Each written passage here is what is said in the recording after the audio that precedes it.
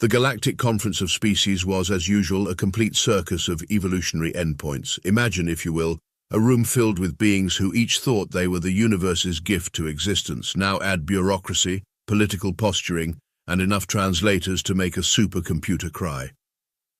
But today was different. Today the Ravagers were making their grand entrance. The massive doors of the Grand Chamber swung open with unnecessary dramatic flair, revealing three towering figures that made every other species' fight or flight response kick into overdrive. The Ravagers were exactly what you'd expect if you asked a nightmare to design the perfect predator. Standing at nearly 3 meters tall, their obsidian-scaled bodies rippled with muscle beneath armor that wasn't decorative but grown, because apparently regular scales weren't terrifying enough. Their 4 eyes glowed with bioluminescent malice, and each of their 4 arms ended in claws that could shred battleship armor. But the worst part? Those smiles. 3 rows of teeth that would make a chainsaw feel inadequate. Ambassador Zrixatal of the Centaurian Alliance actually fainted. Nobody blamed them. "We claim our seat at this gathering," announced the lead Ravager, his voice a rumble that made the chamber's crystal chandeliers tinkle nervously. "As is our right as the galaxy's apex species."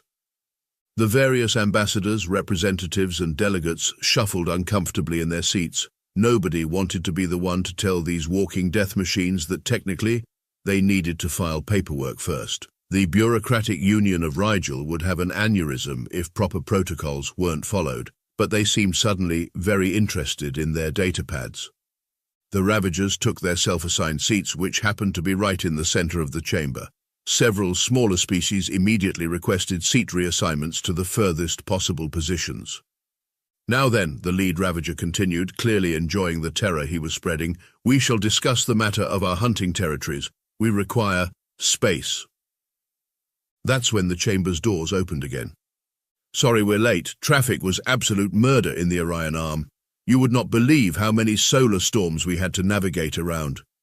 The entire assembly turned to stare at the new arrivals. There were 3 of them, dressed in what appeared to be, and this caused several species to adjust their visual sensors' casual business attire. Humans walking in like they were heading to a moderately important corporate meeting, rather than a gathering of the galaxy's most powerful species. The lead human, a man whose name tag simply read Bob, causing several universal translators to hiccup, was actually unwrapping some kind of food item as he walked in. "Is that a cheese sandwich?" his colleague asked, seeming far more interested in the food than the deadly predators currently taking up the room's center stage. "Yeah, want half? The replicators on our ship are still calibrating Earth recipes. This is the first decent one I've had in weeks." The Ravagers, for the first time in recorded history, looked confused. Their fearsome reputation typically preceded them by several star systems, yet these soft-skinned bipeds were discussing processed dairy products as if they weren't in the presence of the galaxy's most lethal species. "You dare interrupt," the lead Ravager began, rising to his full height. "Oh, hey, the Ravagers made it," Bob said cheerfully, taking another bite of his sandwich. "We were hoping to catch you guys. Listen, we've got this fantastic idea for a cultural exchange program. Tell me, how do you feel about barbecue?" The silence that followed was so profound that several species evolved the ability to hear it. The 3rd human, still standing by the door, pulled out what appeared to be a scheduling device. "We're thinking Thursday? Our embassy just got this amazing grill shipped in from Texas. You haven't lived until you've tried slow-smoked brisket." The Ravagers' 4 eyes blinked in unison, their fearsome appearance momentarily undermined by sheer bewilderment. These humans weren't following the script.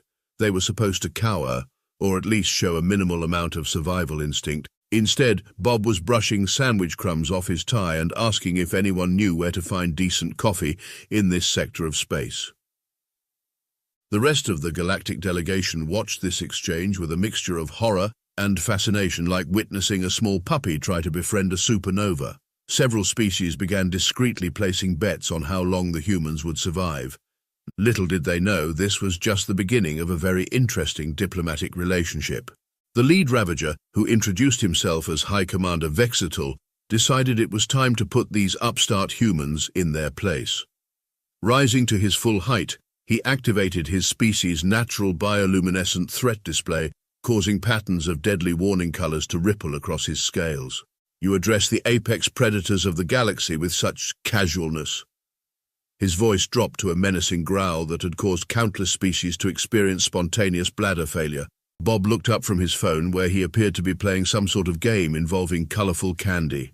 "Oh, sorry about that. Where are my manners? Would you like the other half of this sandwich? It's provolone." The other delegates gasped. Offering food to a ravager was either a deadly insult or a sign of suicidal tendencies. Possibly both.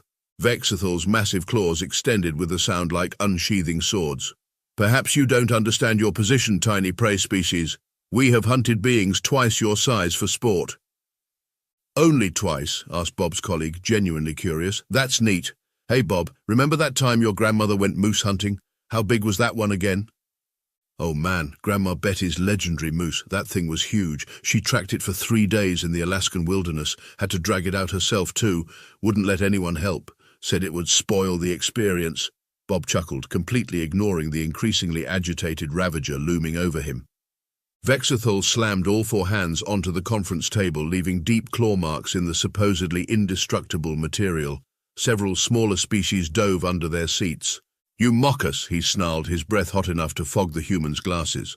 The third human finally looked up from their scheduler. "Mock you? No way, we're genuinely impressed. Hey, speaking of hunting, we should show you our historical documents about the time humans hunted mammoths to extinction. You know, for fun. We've got some great cave paintings." This caused the ravagers to pause. Their universal translators must be malfunctioning. Did these soft-clothed creatures just casually mention hunting massive beasts to extinction for entertainment? "Bob," called out the scheduler-wielding human, "didn't you do that presentation at the Xenobiological Conference about human persistence hunting? The one with the clips from nature documentaries?" "Oh yeah, actually I've got it right here on my tablet. Want to see? It's pretty cool how we used to just chase things until they died of exhaustion. Really efficient if you've got the time." The Ravagers' threat displays flickered uncertainly. Their entire diplomatic strategy was based on intimidation, yet these humans were treating them like mild curiosities at best. Vexithal tried one more time. "We have decimated entire species." "Only entire species?" Bob raised an eyebrow while finishing his sandwich. "That's cute. We accidentally decimated species we weren't even trying to hunt. Did you know we nearly wiped out whales just to light some lamps? Dark times, really. We feel pretty bad about that now, very big on conservation these days." The other delegates watched in fascinated horror as the mighty Ravagers experienced something entirely new: confusion. "Your soft flesh would tear easily in our claws," hissed one of Vexithal's subordinates. "Probably," agreed Bob cheerfully. "We're pretty squishy. That's why we invented these neat things called guns. And then we felt those weren't efficient enough, so we made bigger guns.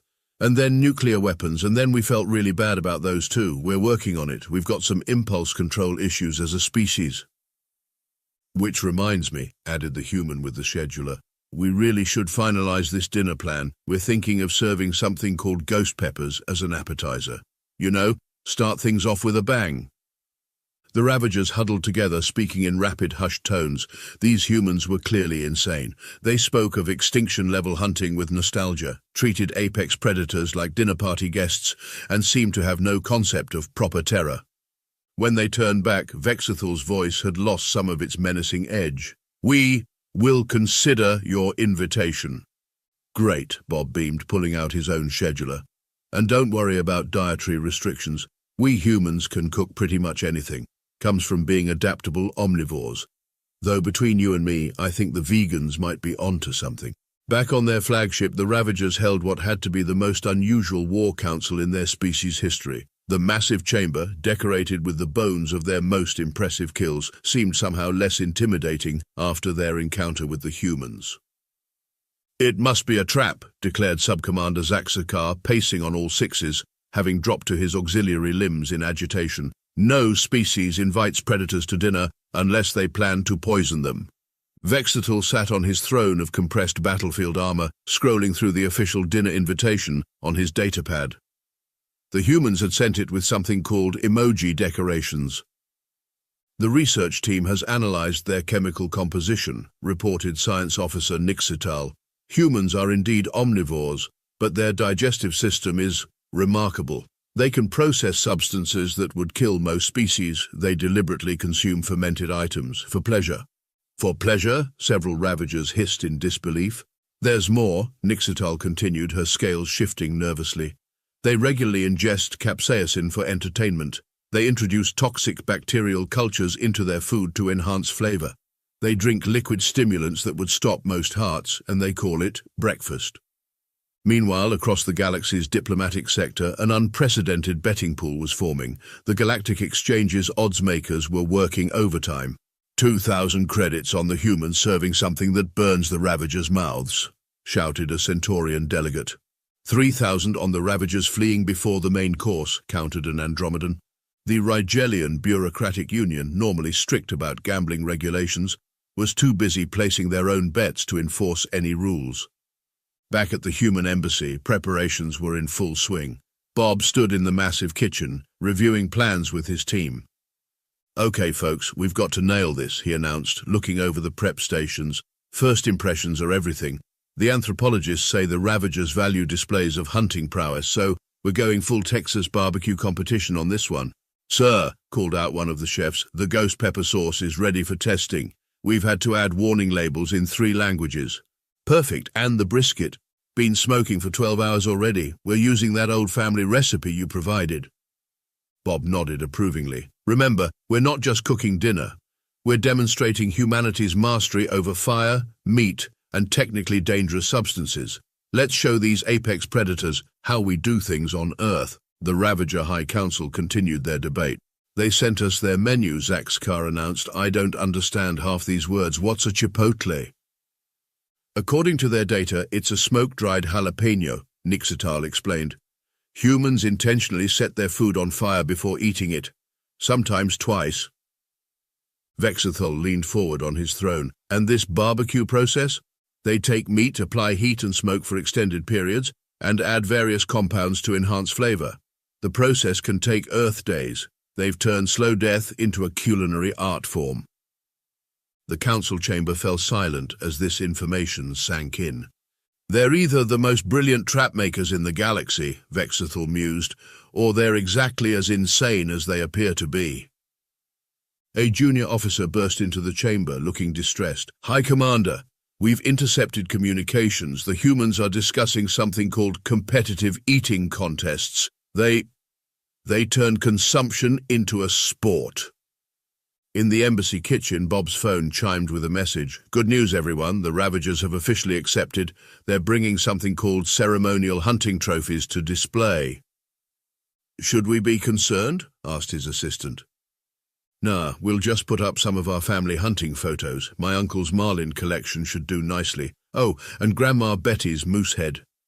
The betting pools across the galaxy reached fever pitch. The Arcturus Insurance Corporation was refusing to cover any aspect of the event, citing justified concerns about mixing apex predators with clearly unhinged primates. The Galactic Council's Xenopsychology Department had to bring in extra staff just to handle the influx of research requests. Nobody had ever seen Ravagers uncertain before. It was revolutionizing their entire field of study. "Has anyone informed the humans that the Ravagers once ate an entire diplomatic team?" asked a concerned council member. "Yes," replied another. "They said something about raising the stakes and then laughed for several minutes. We believe it was some form of wordplay, but our linguists are still analyzing it." As the day of the dinner approached, final preparations were made on both sides. The Ravagers polished their ceremonial armor and sharpened their display claws. The humans marinated meat, stoked fires, and argued about whether to serve craft beer or wine with the main course. A Rigelian observer noted in their official report, "The humans appear to be treating this potentially apocalyptic diplomatic event with the same level of concern as a neighborhood cookout. Either they have achieved a level of technological superiority we cannot detect, or they are operating on a plane of existence where common sense simply does not apply." The betting odds shifted hourly. The only consensus was that something unprecedented was about to happen, and nobody wanted to miss it. The human embassy had been transformed into what Bob proudly called a proper Texas-style backyard. The main diplomatic hall now featured long wooden tables made from actual earth oak, checkered tablecloths, because, according to Bob, it wasn't a real barbecue without them, and the subtle scent of hickory smoke wafting through the air filtration system. Mounted on the walls were various earth-hunting trophies, including Grandma Betty's legendary moose head, which seemed to stare disapprovingly at everyone who entered.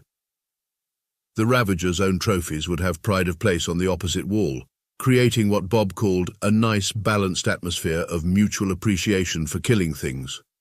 The outdoor section of the embassy had been configured to match Earth's atmospheric conditions, complete with artificial gravity set to Earth normal. The centerpiece was a massive smoker that Bob had specially imported from Texas, its size suggesting it could probably cook an entire elephant. Knowing humans, it probably had. Temperature holding steady at 225 degrees Fahrenheit, reported the head chef.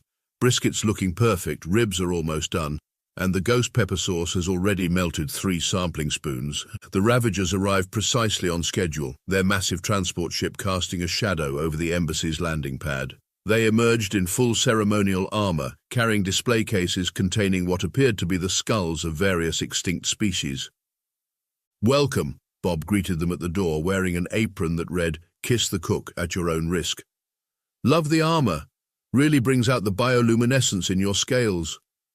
Vexithal's 4 eyes blinked in sequence. The human wasn't even armed, unless... Was that large metal fork some kind of weapon? "We have brought trophies of our greatest hunts," announced Zaxakar, clearly expecting the humans to be intimidated.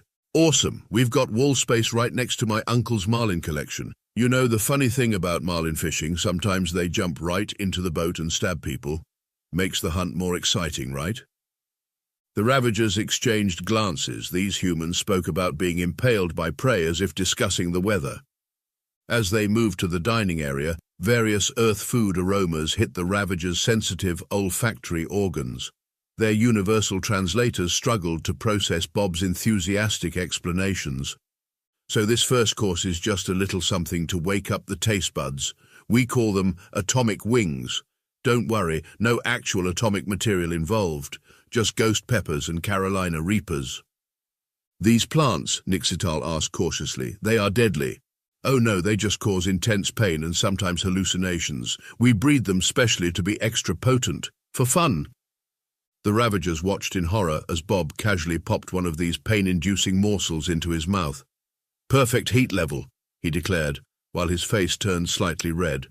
The first course was served. The Ravagers, driven by pride and an unwillingness to show weakness, followed their host's example. Several seconds later, Vexithal's bioluminescent displays went into overdrive. "Water makes it worse," Bob advised cheerfully, passing them glasses of something called milk. "Trust me on this one." As the evening progressed, the humans revealed more shocking aspects of their dietary habits. They explained how they discovered cheese. "We found out you could take milk, let it go bad in exactly the right way, and eat it." Their love of coffee, bean juice that makes you faster, yes please. And the concept of competitive eating.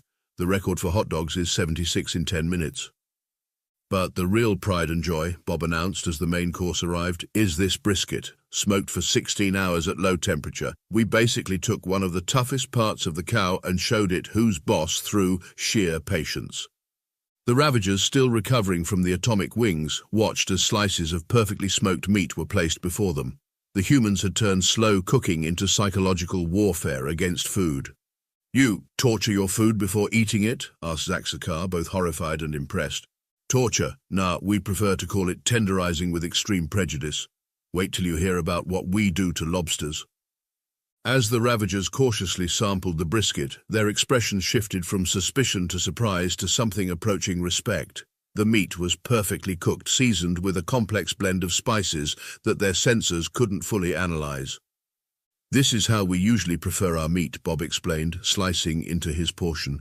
"Though some humans like it rare, you know, still pink in the middle. And there's this one dish called steak tartare, where we just don't cook it at all. Raw meat, raw egg, bit of seasoning, delicious." "Raw?" Several Ravagers dropped their utensils. "Oh yeah, we can eat lots of things raw, fish, meat, eggs, as long as it's fresh. Well, except for some fish, sometimes we let that ferment first. There's this thing called surströmming." Vexithal held up a hand. "You intentionally ferment fish before consumption?"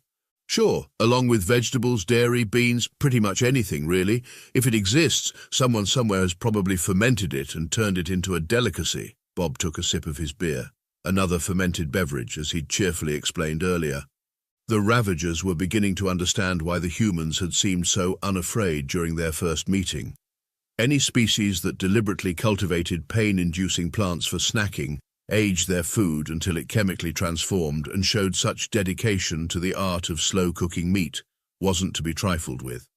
"You know what would go great with this brisket?" Bob asked, reaching for a bottle. "Hot sauce. I brought my own blend.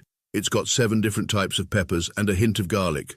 Had to sign a waiver to get it through customs." As the dinner progressed into what Bob called the digestive contemplation phase, he pulled out a datapad to show their guests some Earth history. The Ravagers, now significantly more relaxed thanks to several bottles of aged whiskey, which they'd initially suspected was some form of weapons-grade fuel, leaned in with interest. "So here's the thing about humans," Bob began, pulling up some images. "We didn't start at the top of the food chain. We had to work our way up through sheer stubbornness and creativity." "You mean your weapons?" asked Zaxakar, who was starting to develop a taste for bourbon. "Nah, well before that. See this?" Bob showed them a recreation of early humans pursuing a mammoth. "We used to hunt things way bigger than us through persistence hunting. Just followed them until they got tired. Imagine being that mammoth. Every time you think you've lost the weird naked apes, they show up again, just casually jogging along." "You tracked prey by exhausting them?" Vexathal seemed both disturbed and fascinated. "Yep, we're basically the horror movie monster of the animal kingdom. Slow but unstoppable. Can't outrun us in the long term. We'll just keep coming." The Ravagers watched footage of various human hunting methods throughout history. The spear throwers, the pit traps, the coordinated group hunts. Their respect grew with each example. "But here's where it gets really interesting," Bob continued, switching to images of Earth's predators. "These are some of our planet's apex predators. Great white sharks, tigers, lions, Kodiak bears, and we figured out how to hunt them all. Not because we had to, mind you, sometimes just to prove we could." The Ravagers studied the images with professional interest. "These creatures, they are formidable," Nixital admitted. "Oh yeah, a tiger can kill you in seconds. Bears can run at ridiculous speeds and crush your skull with one paw. But you know what we did? We looked at them and thought, hey, bet we could turn their babies into pets, and we did. Well, with wolves at least, now we have chihuahuas." Bob showed them pictures of dogs, explaining how humans selectively bred one of Earth's most successful predators into countless varieties, including some that could fit in purses. "You modified apex predators into companions." Zaxakar's translator struggled with the concept. "Modified might be a strong word. We just gave them treats and belly rubs for a few thousand generations. Now they help us hunt other things. Circle of life, you know." The Ravagers were beginning to understand why their initial intimidation tactics had failed so spectacularly. They were dealing with a species that had stared down Earth's most dangerous predators and thought, "Cute, let's feed it snacks." "But the real kicker," Bob continued, pulling up more images, "is that we're not even obligate carnivores. We can eat almost anything. Plants, meat, fungi.